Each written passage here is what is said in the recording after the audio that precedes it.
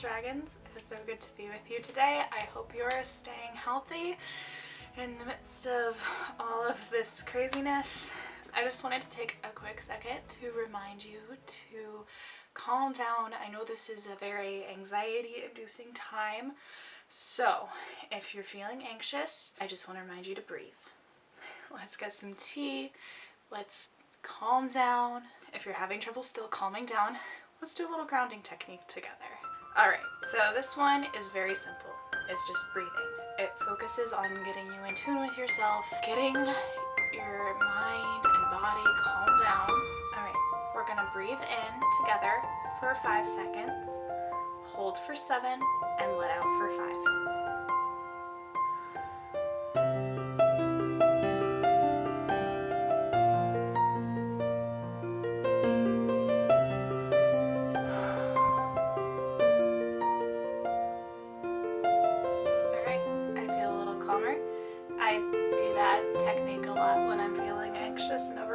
So hopefully that'll help you. If you're still feeling anxious, feel free to pause this video and do your breathing until you feel nice and calm. So with that out of the way, this month is Women's History Month. So we've already had International Women's Day and everything. So unfortunately I didn't think of this idea until after that, because that would have made slightly more sense than Women's History Month. We're doing it regardless. So I am going to today talk about my favorite female literary characters. So I have a lot of books here.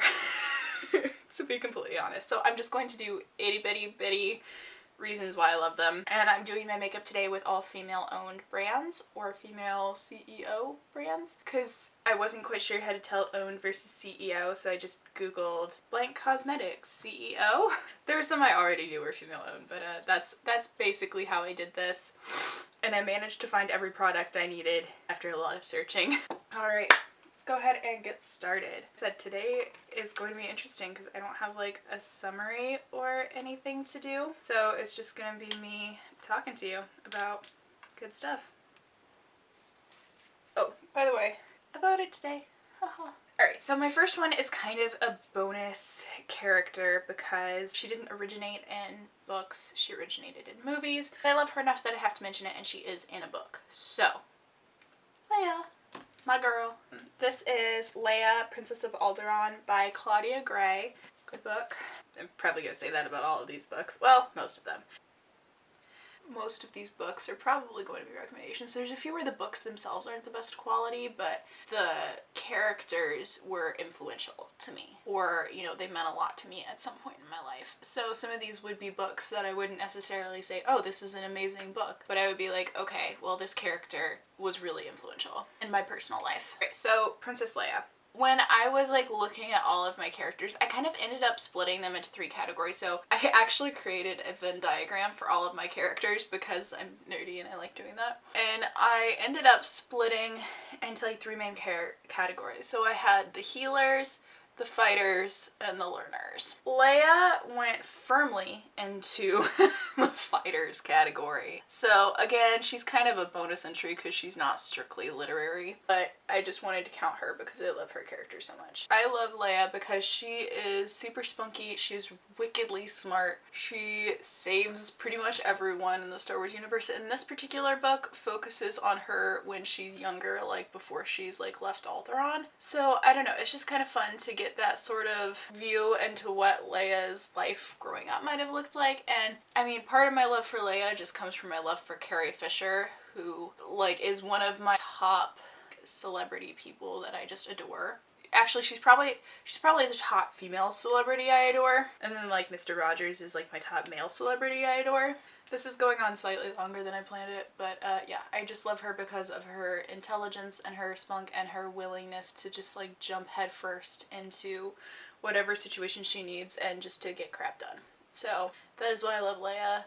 So since this was a bonus book, obviously you're not thinking about ranking, but just so you know, I'm not actually ranking these characters. They're in no particular order. They're just characters that were influential to me and that I loved. Number 2 and 3, I want to talk about, ooh, I didn't realize the cover got torn. Some of my books are well loved.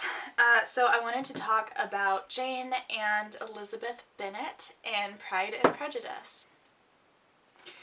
like I said, I was splitting into different categories. So like Elizabeth fell firmly into the learner category while Jane fell firmly into the healer category. Hopefully I'll be able to figure out how to put my Venn diagram up in the video. If not, just know that I made it. So I'm going to real quickly talk about why I loved those characters. So I love Jane Bennett because she's so sweet. I think she's one of the sweetest characters just in literature in general. She's just a prime example of a good-hearted, kindly character. And I love her to the moon and back. You know, Elizabeth Bennett, I mean, she's like a hallmark female character. I mean, she's been an inspiration to so many girls across generations because of her intelligence, because of her wit, her willingness to stand up for herself and her family, to solve problems. And then she's also a kind person. Like, not quite to the same level as Jane, but she's still good and kind. I have a very special place in my heart for both of them.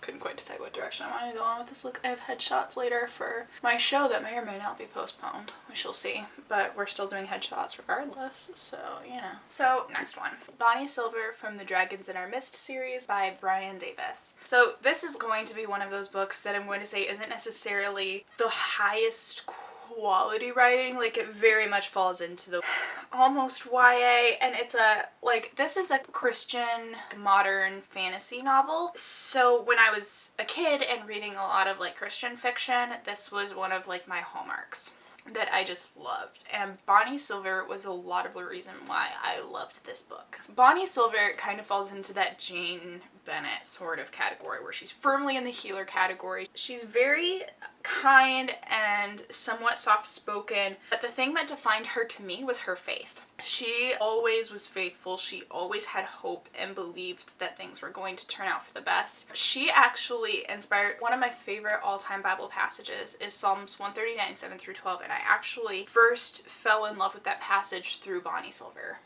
The reason why I love that passage is it just gives so much hope. Like, no matter how close or far you feel from God, you know He's always there.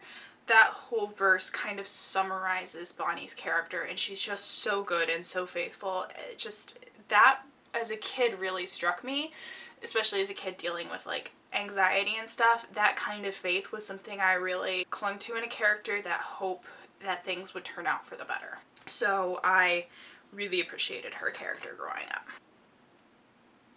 Okay, let's see, who's next? Classics. So our next characters are Susan and Lucy Pevensie from the Chronicles of Narnia by C.S. Lewis. So my first and original favorite was Susan. I loved her with every fiber of my being. Susan, I mean, her name was Queen Susan the Gentle. She was logical, she was mature, she was reasonable, she was gentle, she was good, she was kind, she was gracious, she was beautiful. She was pretty much everything as a kid that I wanted to be. We won't talk about Last Battle because that book breaks my freaking heart, but I still love Susan, and I love that she doesn't necessarily always do things correctly. Her heart, I think, is in the right place, and she's just trying to be a mature older sister, and you know, I kind of relate to that. So, and it's okay to have characters that mess up or don't necessarily go down the path that you would want them to go down. And then Lucy, she's actually my mom's favorite. Lucy is kind of in that Bonnie Silver category, but she's like better written. That sounds bad to say. I really shouldn't be like dissing that other book so much, but yeah. I mean, she was Queen Lucy the Valiant. She's so faithful and so good. She, you know, she's the one who finds Narnia. She's the one who loves and trusts unconditionally. She just has that going for her the entire series. She's the one who was closest to Aslan. Especially in the first couple books, she kind of typifies that like faith like a child sort of aspect. And so she's kind of like looking back on it as an adult. She has that sort of faith that I strive to have. That is those two. This is another female character that defined my childhood. So this is Ella Enchanted by Gail, Carson, Levine. And Ella is our main female character in this book.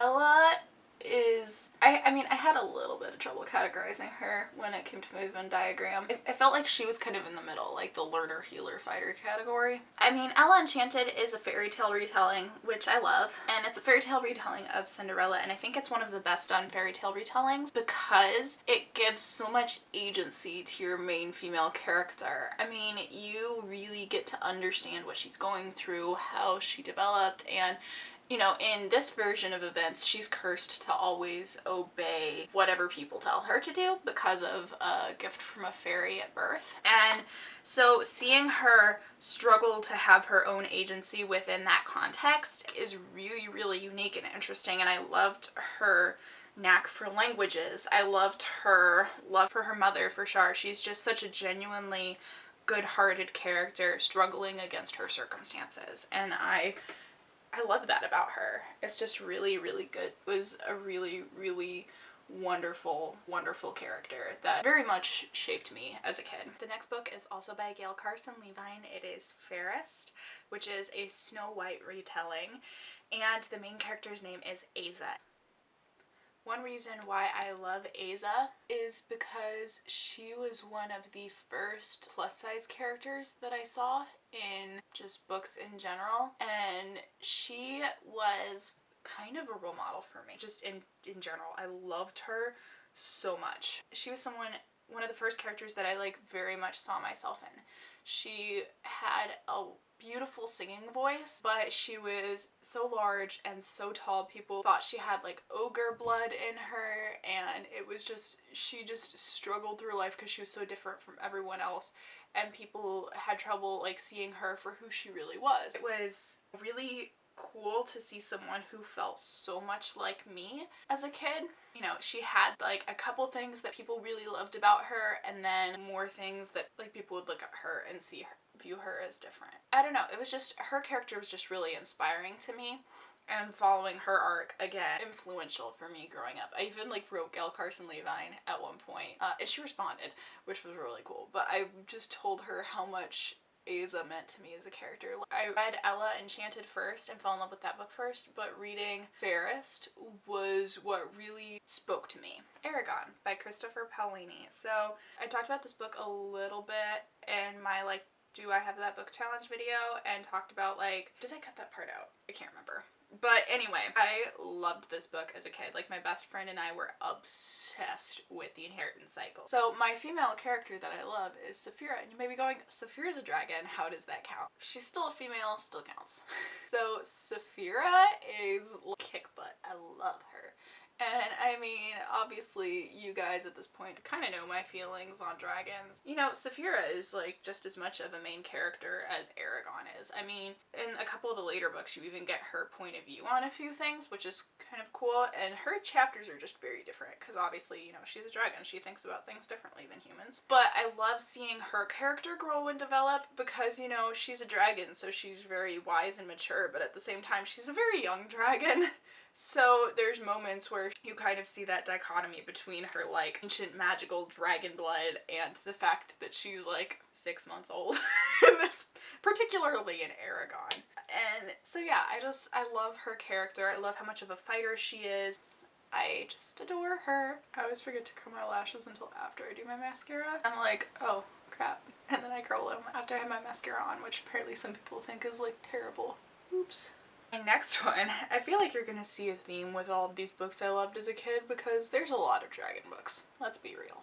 My next book is Dragon Slippers, which is the Dragon Slippers Chronicles or series? Dragon Slipper series? Something like that, by Jessica Day George. So this was another one that I read in my kind of preteen teen years that I just loved. So the female character that I love in this is Creel, who is our main character. A normal girl who wanted to, like, she's very hardworking.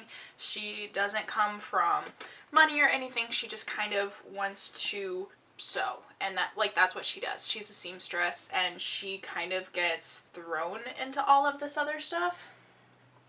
Watching her develop is really cool, and a lot of her arc is dependent on her friendships that she makes, and so it's cool seeing a character that is so defined by her friends and her friendships, and a lot of her wins come from the fact that she's a very friendly and kind character, which I love, but she's also very resourceful and intelligent. So I just loved that about her, and I love seeing that develop across the 3 books in the series, is seeing her resourcefulness come in and using what she knows in order to succeed. Next book, this is Princess Academy by Shannon Hale, and the female character that I love is Miri. So Miri is interesting to me because she is viewed as like a fragile and weak character, and so throughout the book she kind of has to prove herself and prove that she is capable, and she uses that with her intelligence, with her ability to be resourceful and problem solve and think, and she uses kind of people's underestimation of her to her advantage, which I thought was really cool. Again, she's very kind-hearted. She's I feel like you can see a theme in the characters that I love, which, I mean, I told you already, I kind of split them up into those 3 categories: the healers, the learners, and the fighters, and Miri is another one that kind of has traits of all 3. So I just love watching her progress throughout the book and solve all of these problems by being curious and kind. And one thing that I love about her is how much mercy she shows even when people are pretty mean to her. So again, this is a character that I loved for her mercy and her gentleness, but also her intelligence and wit. Just love seeing that sort of, I feel like that's kind of an unusual theme in literature. This is definitely one of those foundations that if I'm not pretty careful with it, it is definitely gonna break down. So we're gonna set her real quick. Hope she don't break down. Okay. Sorry about that. That was me trying to prevent disaster before, again, headshots later. Okay, who's next? Ooh, Kale. Okay. Alright, this is another one of those Christian fantasy books I read when I was a kid. Again, dragons are a theme. So this is the Dragon Keeper Chronicles by Donita K. Paul. This series is very, very well loved by me. I haven't reread it in a heck of a long time, but again, this is a female character that was very influential to me as a kid. I loved her. I don't know, she was an interesting character because she didn't have a lot of agency or confidence in the beginning. She was a slave girl as a kid and all of a sudden was kind of thrown into power, and like as the series develops, obviously she develops and she grows up a lot, because I think she's like 14 when the series starts. Like I said, it has been a long time, but you see a lot of her discovering herself and discovering her confidence and her agency, and that she is of value and worth. And so I think that's really cool, and as the books progress you see her like develop into her own person, and so I loved seeing her discover her powers and her abilities. And also, you know, she's a dragon keeper, so dragons. All the paint rubbed off this. It's unfortunate. The next one I have is A Little Princess by Frances Hodgson Burnett. And so Sara Crewe is, of course, our main character in A Little Princess. It's a classic. I love Sara Crewe because, again, she's a very kind-hearted person. She kind of reminds me, actually I should say it's the other way around, but she kind of reminds me of like Samantha from the American Girl series, because she's kind of that one of like born into privilege, but like is also like very good and kind-hearted. And then, you know, of course Sarah, unlike Samantha, falls upon very hard times, and you see her, you know, kind of having to survive and struggle a little bit and just kind of come to terms with, like, she just survives wherever she's at with her good-heartedness and with her kindness and her friendship, which I really appreciate. And so, you know, she's a solid character. So that's another kind of classic that's in there for me. So next one, Nancy Drew series. Obviously the main character that I love here is Nancy Drew. It's by Carolyn Keene. And so I love Nancy Drew. Well, I kind of like vicariously love Nancy Drew through my mother. Like, Nancy Drew was my mom's favorite as a kid. She like loved her so much that she fell into a creek because she was reading her book and not looking where she was walking. I don't know if she'll be mad at me for telling that story, but I think it's hilarious and shows where I got my love of reading. So, you know. I love Nancy Drew's intelligence, obviously. She's a detective. She solves things. As a kid, she's pretty cool to look up to. And want to be like Nancy Drew. Want to solve mysteries. Want to be intelligent and resourceful and curious. Okay, next we have Elantris by Branden Sanderson. This is a new read for me. I just read it towards the end of last year at the insistence of a couple of my best friends who love Branden Sanderson very much. And so my main character in here is Sarene, and she is a super, like, she's a Slytherin. That I feel like that kind of explains a lot of her character, is just saying she's a Slytherin. She's extremely ambitious and cunning and resourceful. She kind of single-handedly, like, tries to save her country in the midst, well, it's not even hers, like, there's a lot of plot to that book. Branden Sanderson does kind of complex plots, so it's kind of hard to explain in a couple seconds if you haven't already read it, but rest assured, she kind of like single-handedly saves her adopted country and outsmarts people and is just like crazy witty and ambitious and intelligent. Like, I feel like she's kind of the definition of what you would think a good Slytherin should be. And I find it interesting because, like, I feel like seeing that much Slytherininess is kind of unusual in a female character, or at least a good female character. And so, like, I kind of feel like her and Raoden are kind of like switched in their tropes, because Raoden's tropes kind of hinge on him being understanding and charming and loving people and wanting to make everything better, and hers kind of hinge on, again, she wants to make everything better, of course, but her strategies come less from understanding and caring and compassion and more of how can I plot this out so that, like, with my goals on top. Okay, so my next characters that I want to talk about, which shouldn't be any surprise at all to you guys that this came up. Harry Potter by J.K. Rowling. Female characters I love are Hermione Granger and Minerva McGonagall. So both of them kind of fall firmly into the learner-fighter categories.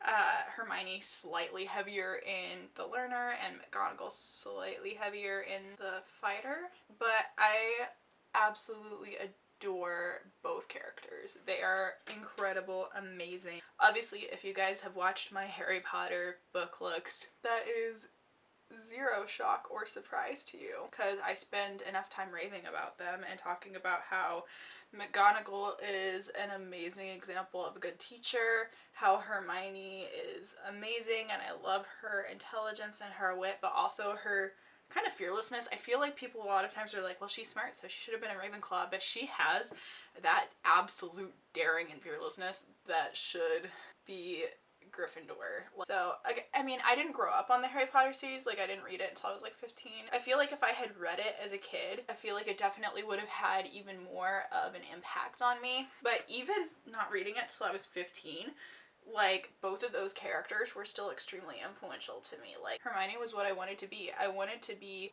intelligent and brave and resourceful like Hermione. I wanted to be incredible like Hermione. She's just such a good character. You know, if I can be anything like McGonagall as an adult, as a teacher, I would be honored. Okay, it's fine. Caught it. Door Within trilogy by Wayne Thomas Batson. Again, this was another of those Christian fantasy books I read as a preteen that still had a great influence on me. So the character I love, which actually maybe she doesn't, you know, I grabbed the first book. The character I love, I think, does not come in until the second book.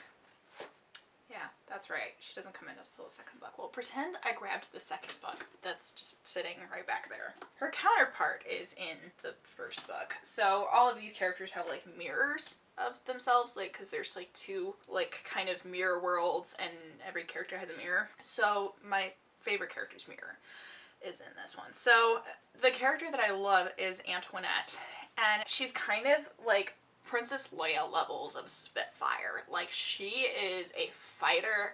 She will like jump headfirst into any situation. She's kind of that spunky fighter main character. She is full of confidence, full of spunk, will beat you in every sword fight ever. She's great. I love her. Her counterpart is similar, but a little more on the gentle side, and just falls a little bit more into that like generic love interest. Not generic love interest, but she falls just a little, she feels ever so slightly more generic than Antoinette does. And so between the two of them, or Antoinette and her mirror Gwen, I love Antoinette more. I loved seeing her develop as a character and her go from purely spunk spitfire to having a little bit more of that maturity as the series went on and being able to be self-sacrificing in addition to spunky and spitfire, and seeing how the daring and the mercy kind of mesh. And that was an interesting development for her character, I think. We are getting close to the end here, guys.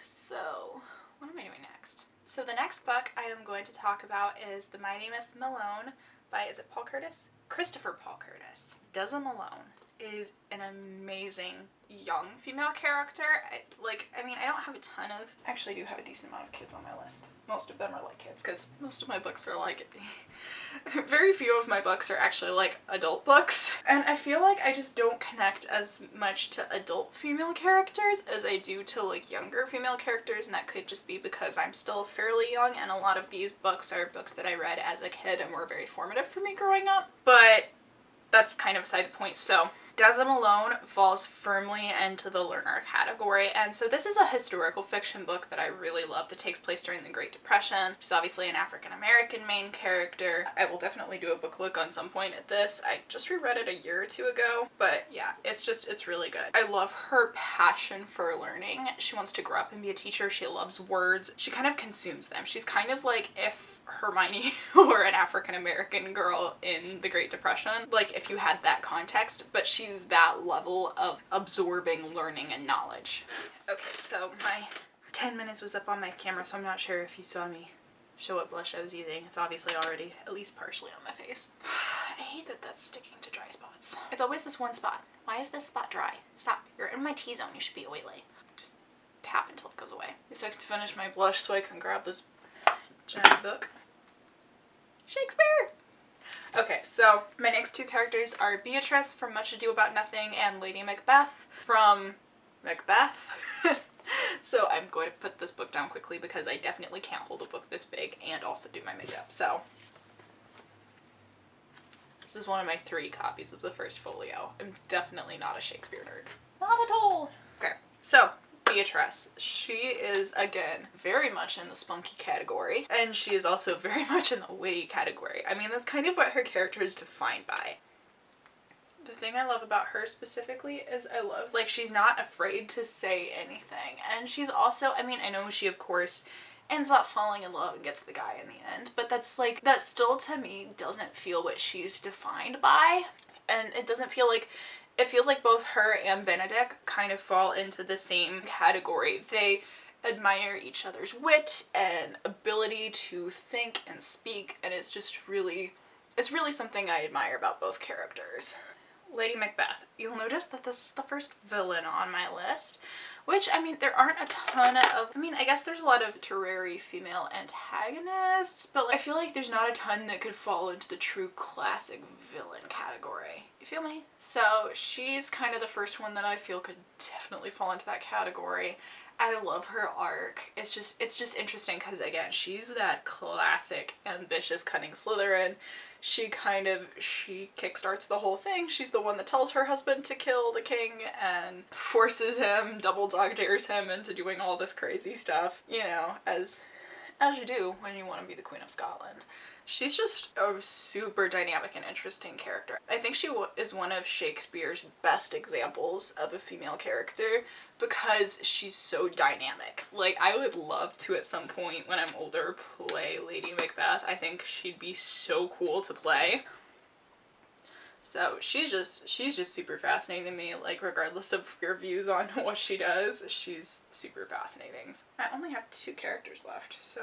Karana from Island of Blue Dolphins by Scott Odell. This is another one that I read as a kid and just has stuck with me. Like, even though I want to say it's probably been at least 3 or 4 years since I've read this book, I just remember how much she, as a character, stuck with me. And a lot of it came from, you know, her entire thing is kind of kickstarted by her compassion and care for her family. You know, of course, she ends up stranded on the island on her own, and you just see her resourcefulness and will to survive, regardless of the fact that she's the only one left on the island.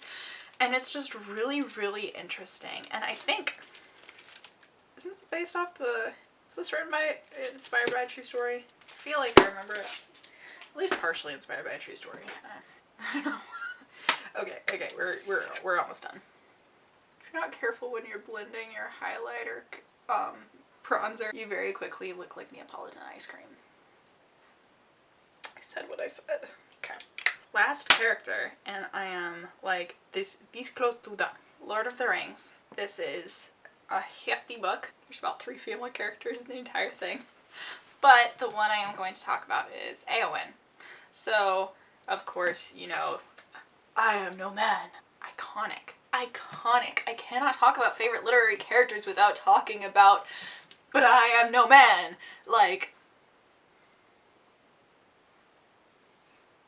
classic. Gorgeous. Love her. She's very passionate and she loves people and she's willing to do what it takes to help her people, even if that means that she has to disguise herself as a man and fight. And just I love her. She's a good bean. Good Dondorian bean. Alright, let's real quick decide what lipstick shade I need. You know, I'm kind of feeling the red today. I think technically the purple might go better. Or, well, it's not purple. It's more of like a wild orchid. But I'm feeling the red. And since I'm doing my favorite female characters, this is my Peggy Carter color. So, you know, I can't just ignore that. It's the shade Red Velvet from Besame Cosmetics. But it is the exact shade that Peggy Carter wears. Which is why you can tell it is very, very well loved. This is the lipstick I wear whenever I need to feel confident or like I can punch a man in the head with a stapler. I don't condone that violence. But Peggy Carter will do what Peggy Carter will do. It's maybe one of the first lipsticks that I ever like legit run out of. Alright. Let's see, do I need anything else? I think I'm okay. So I'm gonna set my makeup with powder.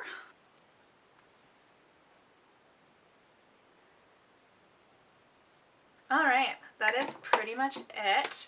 So this is my final all-female owned makeup brands. Well, I also reviewed some of my favorite female characters in literature. So I would love to know who some of your favorite female characters in literature are. If you want to let me know down below, I would love to read through your comments and see which female characters have inspired you, whether it's ones that you've been reading since you were a kid or whether it's characters that you've just discovered and just have really struck a chord with you. These are just a few of the characters that I love. There's obviously even more that I just couldn't fit in. I didn't really include historical figures, so autobiographies or books based on real people.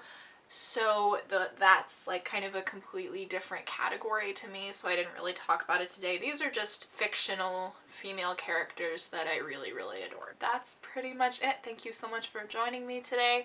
Please stay safe and healthy. Make sure you are washing your hands. Make sure you are, you know, social distancing. Take time to self-care, to check on people you love. Make sure that you are keeping those around you healthy. Make sure you keep your heart and soul healthy as well. Make sure you are reading, you're creating, you're consuming art, communicating with people you love. Thank you so much. I love you all so much, and I hope you have a beautiful, magical day. Bye!